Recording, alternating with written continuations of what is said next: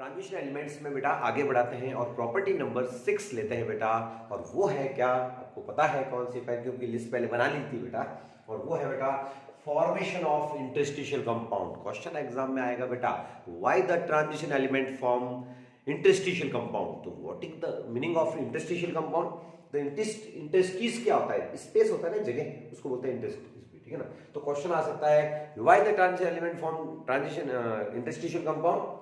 तो देखिए बेटा क्या है इसमें कि transition metals has close packed structure. इनका क्या होता है, क्लोज पैक्ड स्ट्रक्चर होता है, जैसे बीसीसी एफसीसी क्लोज पैक्ड है, बट सब स्पेस प्रेजेंट या वॉइड प्रेजेंट इन देम, थोड़ी भी जगह रह जाती है।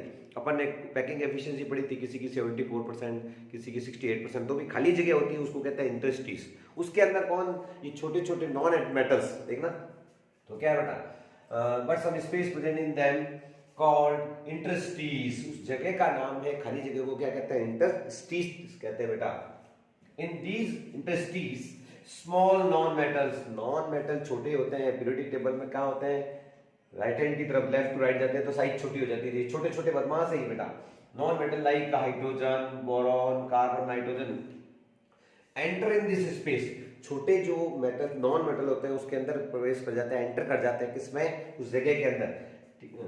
This type of compound is called interstitial compound. इन कंपाउंड को कहते हैं interstitial compound. They are non stoichiometric. Note कर लेना, इसमें नहीं लिखा है कि ये नॉन स्टोइकियोमेट्रिक हो जाते हैं, स्टोइकियोमेट्री बिगड़ जाती है। एग्जांपल्स है, अपने वो डिफेक्ट भी पढ़ा था, उसमें भी अपने आया था बेटा। तो इंटरस्टिशियल कंपाउंड एग्जांपल है टाइटेनियम कार्बाइड, मैग्नीज कार्बाइड। ये टाइटेनियम के साथ कार्बन नॉन मेटल है, देखो ये घुस गया, ये हो गया इंटरस्टिशियल कंपाउंड। अब होगा क्या कि जब कोई जगह भर जाती है तो क्या होता है, हार्डनेस आ जाती है। तो इनकी फिजिकल कैरेक्टर्स और केमिकल प्रॉपर्टीज क्या है, नोट करनी चाहिए, ठीक है ना। तो केमिकल प्रॉपर्टीज में सबसे पहले प्रॉपर्टीज में कौन कौन सी आती है बेटा, फिजिकल और केमिकल दोनों प्रॉपर्टीज में आ जाती है बेटा। तो they have high melting point. इनका मेल्टिंग पॉइंट क्या होता है बच्चों, हाई होगा। जब स्पेस बढ़ जाएगा हार्ड हो गया, ठीक है ना। दूसरा बेटा दे आर वेरी हार्ड हो जाते हैं, हाई मेल्टिंग पॉइंट होते हैं। They remains conduct, they retain metallic conductivity. इनकी मेटेलिक कंडक्टिविटी भी क्या होती है बेटा, रिटेन रहती है। और ये केमिकली भी इनर्ट होते हैं। तो चौथा प्रॉपर्टी इसमें डाल सकते हैं, तीसरी property, they are chemically inert. तो रिएक्टिविटी भी कम हो जाती है, इनर्ट रहता है। तो इनर्ट है, कंडक्टिविटी भी है, हार्ड भी है। तो यार फायदा हो गया ना यार, हार्ड चीज कहीं चाहिए और कंडक्टिविटी वाली चाहिए, तो ये चीजें काम आती है बेटा। इंटरस्टिशियल कंपाउंड बनाने की टेंडेंसी, इंपॉर्टेंट क्वेश्चन है बेटा, आएगा why they form interstitial compound. तो यही आपको लिखना है। तो इसका आप स्क्रीनशॉट खींच लेंगे और आराम से इसको नोट कर लेंगे। नेक्स्ट प्रॉपर्टी अपन क्या लेने वाले हैं, वो है बेटा एलॉय फॉर्मेशन। प्लीज इसको आप नोट कीजिए। लेते हैं हम नेक्स्ट प्रॉपर्टी, तैयारी इसी की। और कौन सी प्रॉपर्टी, नंबर 7, धूम मचाओ प्रॉपर्टी चल रही है, उसमें 7वें नंबर है बेटा एलॉय फॉर्मेशन। क्या होता है एलॉय, अच्छी तरह से जानते हैं अपन ने। ब्रास देखा, ब्रॉन्ज देखा, पीतल है, तांबा है, ये कैसे मिलता है एलॉय। एलॉय में क्या करते हैं, दो मेटल्स को मिक्स करते हैं, वो होमोजीनियस मिक्सचर बनते हैं। तो नेक्स्ट प्रॉपर्टी लेने जा रहे हैं, कौन सी, नेक्स्ट प्रॉपर्टी का नाम बताएंगे बेटा एलॉय फॉर्मेशन। एलॉय फॉर्मेशन कौन करता है, कैसे करता है, देखते हैं। तो बच्चों प्रॉपर्टी नंबर 7, प्रॉपर्टी नंबर है alloy formation. Alloy formation, alloy होते क्या है, एग्जांपल आने चाहिए पहले तो। जैसे ब्रास और ब्रॉन्ज, पीतल होता है ना, पीतल को कहते हैं ब्रास। ब्रास के अंदर क्या क्या होता है बेटा, कॉपर और जिंक। ये कितने परसेंट होता है, 80%, ठीक है ना। इसमें 20%। ब्रास का मतलब जो पीतल अपने घरों में यूज करते हैं। ब्रॉन्ज भी होता है, उसमें क्या होता है, ब्रॉन्ज जो होता है इसमें CuSN, टिन होती है बेटा। 80% कॉपर है, 20% करीब आपके टिन होता है, ये होता है ब्रॉन्ज। तो बच्चों ये टेंडेंसी, क्वेश्चन क्या आएगा, why the transition element form alloy. Alloy क्यों बनाते हैं। तो एक बहुत बड़ी प्रॉपर्टी आपको मैंने सिखाई थी बेटा कि इसमें क्या करना है, दो मेटल को मिक्स करते हैं तो इनकी साइज होती है सिमिलर। याद करो, क्वेश्चन आता है इनकी साइज सिमिलर होती है, जैसे यहाँ वाले सिमिलर साइज होती है प्रॉपर्टी, है ना। सिमिलर साइज वालों को मिक्स करोगे तो क्या होगा, वे एकदम मिक्स हो जाएंगे, होमोजीनियस हो जाएंगे, मिक्सिंग बढ़िया हो जाएगी और एक नया मेटल बन जाएगा, उसी को क्या कहते हैं, एलॉय। तो प्यारे बच्चों क्वेश्चन क्या आएगा, क्वेश्चन आएगा व्हाई ट्रांजिशन एलिमेंट्स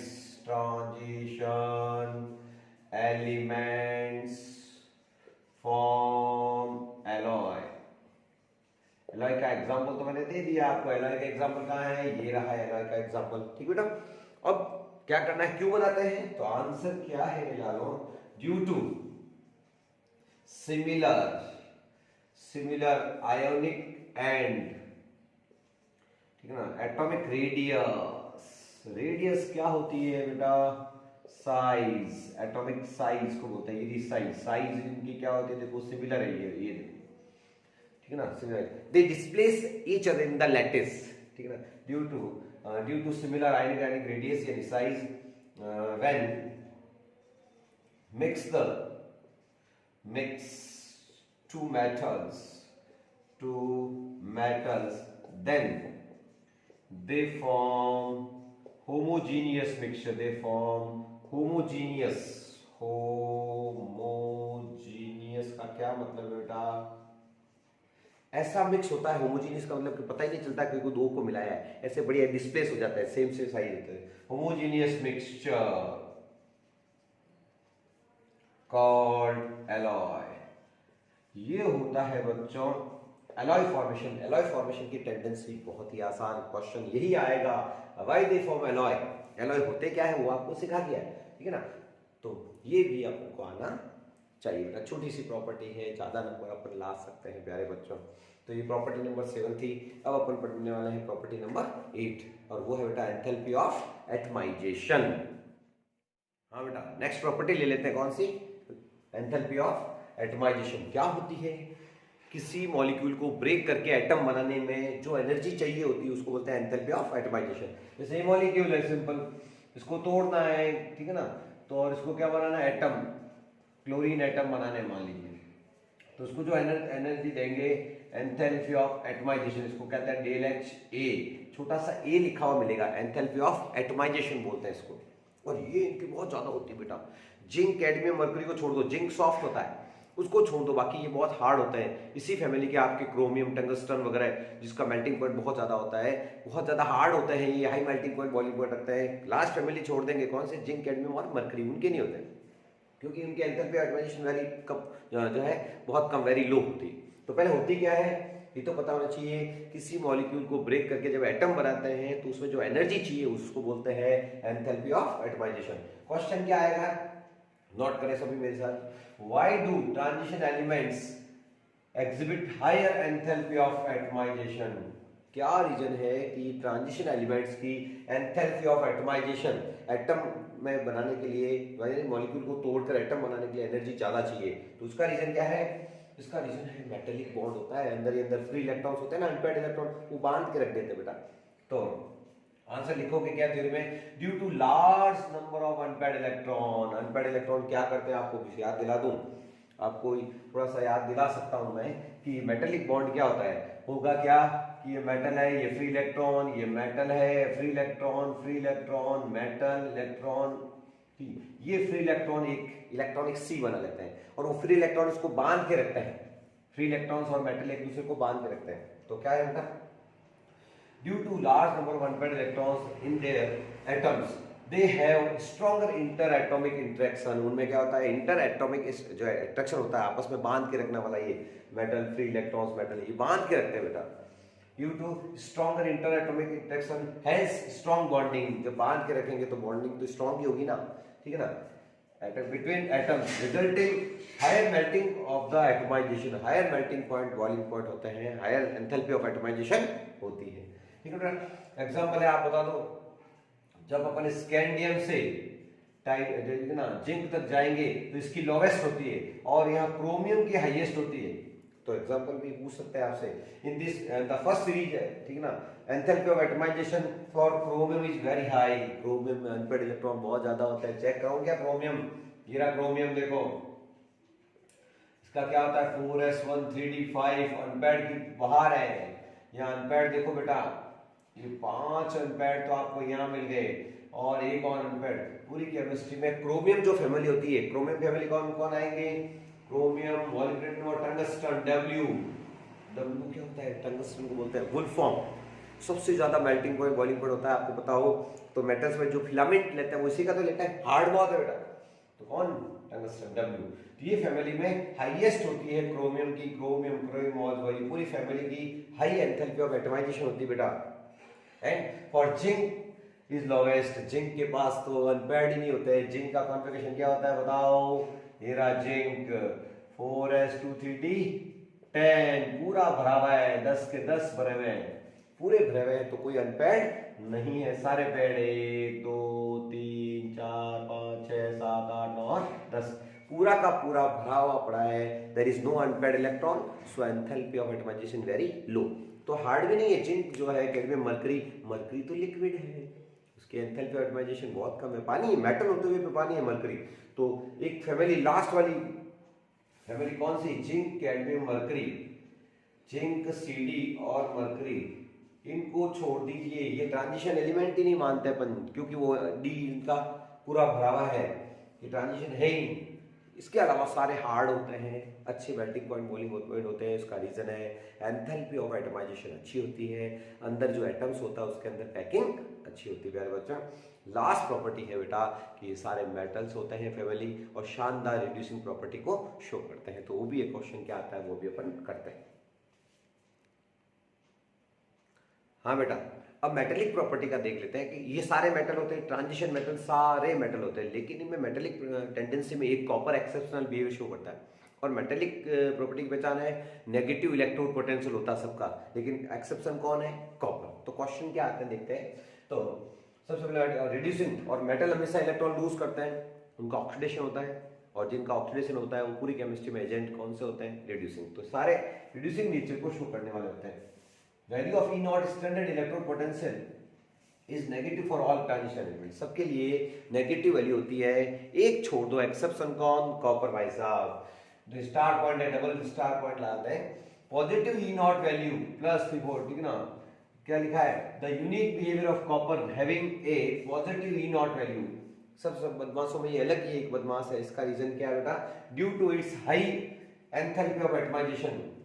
इसके अंदर इसकी एंथैल्पी ऑफ एटमाइजेशन क्या होती है, हाई होती है, इसलिए हाई एंथैल्पी ऑफ एटमाइजेशन, थोड़ी पैकिंग इसकी अलग तरह की होती है, और लो हाइड्रेशन एंथैल्पी होती है इसकी जब कॉपर सॉलिड स्टेट में होता है तब। तो इसलिए जो है ये अलग इसका बिहेवियर आता है, इसकी पैकिंग अच्छी हो जाती है, इसलिए यूनिक बिहेवियर, अलग ही बिहेवियर शो करता है फैमिली से। एक क्वेश्चन बहुत आता है रिड्यूसिंग नेचर पे, तो क्वेश्चन क्या आएगा वो नोट करें। Why the Cr2+ reducing and Mn3+ oxidizing both have D4 configuration, दोनों का D4 कॉन्फ़िगरेशन है, फिर भी एक जने का रिड्यूसिंग नेचर है और एक जने का ऑक्सीडाइजिंग है। तो उसका रीजन क्या है बेटा कि इसका भी D4 है, इसका भी D4, देख लीजिए ये D4 से D3 हो जाता है जब इलेक्ट्रॉन लूज करता है, इलेक्ट्रॉन लूज करता है मतलब ऑक्सीडेशन होता है, ठीक है ना, इलेक्ट्रॉन लूज करके ये T2G configuration, T2G half unstable, D3 कौन सा होता है, T2G वाला है। याद दिला दूं आपको T2G कॉन्फ़िगरेशन क्या था, तो ये 5 में से जो नीचे आते हैं 3 डिब्बे, ये तो आपके T2G के थे और ये Ag के। तो देखो बेटा ये नीचे है और ये भी हाफ फिल्ड है, मतलब T2G में भी हाफ फिल्ड 3 जो ऑर्बिटल्स है वो, ठीक है ना। तो ये ज्यादा स्टेबल होता है, मोर T2G स्टेबल। D3 कॉन्फ़िगरेशन जो है कौन सा वाला है, T2G वाला स्टेबल कॉन्फ़िगरेशन है। इसी तरह से Mn क्या होता है, Mn3+ D4 स्टेट में, लेकिन जब ये इलेक्ट्रॉन गेन करता है एक तो ये D5 हो जाता है, और इलेक्ट्रॉन जब गेन करता है तो क्या होता है, रिडक्शन, और रिडक्शन जब होता है तो उसको एजेंट क्या बोलते हैं, ऑक्सीडाइजिंग बोलते हैं। तो इसका कहेंगे D4 से D5 हो जाता है, ये भी अपना half filled stable configuration achieve करता है। इस तरह से एक जना क्या शो करता है बेटा, रिड्यूसिंग नेचर, और दूसरा क्या करता है, ऑक्सीडाइजिंग नेचर। तो ये क्वेश्चन भी आप जो है बेटा करें जरूर। एक का लिखना है D4 से D3 T2G वाला, और एक का लिखना है D4 से D5 half filled configuration. Okay, हाँ बच्चों, लास्ट प्रॉपर्टी देख लेते हैं बेटा, the formation of complex compound, यानी चैप्टर नंबर 9 जो कोऑर्डिनेशन केमिस्ट्री है, मतलब चैप्टर नंबर 9 बनाने वाले चैप्टर नंबर 8 वाले, डी ब्लॉक एलिमेंट वाले एक तरह से पापा हो गए किसके, ठीक है ना, चैप्टर नंबर 9 के। चैप्टर नंबर 9 क्यों बन गया, कोऑर्डिनेशन केमिस्ट्री, उसको कहते हैं अपन कॉम्प्लेक्स कंपाउंड्स भी कहते हैं, कोऑर्डिनेशन कंपाउंड्स, ठीक है ना। तो क्वेश्चन कंफर्म आता है कि ये जो टेंडेंसी होती है कोऑर्डिनेशन केमिस्ट्री बनाने की, कोऑर्डिनेशन कॉम्प्लेक्स बनाने की, वो इसी फैमिली में क्या होती है, ट्रांजिशन मेटल एटम में। तो क्वेश्चन क्या आएगा, why transition metals form large number of complex, complex मतलब कोऑर्डिनेशन कंपाउंड्स। तो सीधा सीधा आंसर है 3 रीजन ध्यान रखना है, ड्यू टू फॉलोइंग रीजंस। पहला रीजन है due to comparatively smaller size of metal ions, इनकी साइज मेटल आयन की बहुत छोटी होती है, हाई चार्ज होता है, जैसे मैग्नीज वगैरह बहुत ज्यादा चार्ज है तो साइज छोटी हो जाएगी। दूसरा लिखा बेटा high ionic charge and the presence of D orbital for the bond formation, इनके पास वैकेंट डी पड़ा रहता है जो बॉन्ड फॉर्मेशन में हेल्प कर देता है। तो इनकी स्टेट कभी तो हाइब्रिडेशन अंदर वाला आ जाता है, कभी बाहर वाला आ जाता है। तो डी वाला नाटक बहुत है, आपने पढ़ा है D2sp3 और कभी sp3d2। तो डी में प्रेजेंट होता है, डी के साथ बॉन्डिंग बना लेते हैं, वैकेंट ऑर्बिटल रहते हैं उसमें ये डोनेट कर देते हैं इलेक्ट्रॉन्स और कॉम्प्लेक्स बनाते हैं। और तीसरा शो वेरिएबल वैलेंसी, एक एक हाथ, ठीक है ना, एक एक एलिमेंट की 2-2 3-3 वैलेंसी होती है, ठीक है ना, जैसे फेरस, फेरिक, पोटेशियम फेरोसाइनाइड भी कॉम्प्लेक्स बना लेता है, देखो जैसे K4 FeCN6 ये भी बना लेता है, और K3 वाला भी बना लेगा बेटा। तो पोटेशियम फेरोसाइन या 4 है या 3, देखो तो एक एक एलिमेंट की 2-2 3-3 वैलेंसियां होती है, तो वो बहुत सारे कॉम्प्लेक्स भी बना सकते हैं। तो बहुत बड़ी बात है, बहुत बड़ा क्वेश्चन है, ये क्वेश्चन भी एग्जाम में बहुत आता है। तो इस तरह से डी ब्लॉक की सारी प्रॉपर्टी खत्म हो गई बेटा। अब अपन लेंगे F block elements next video.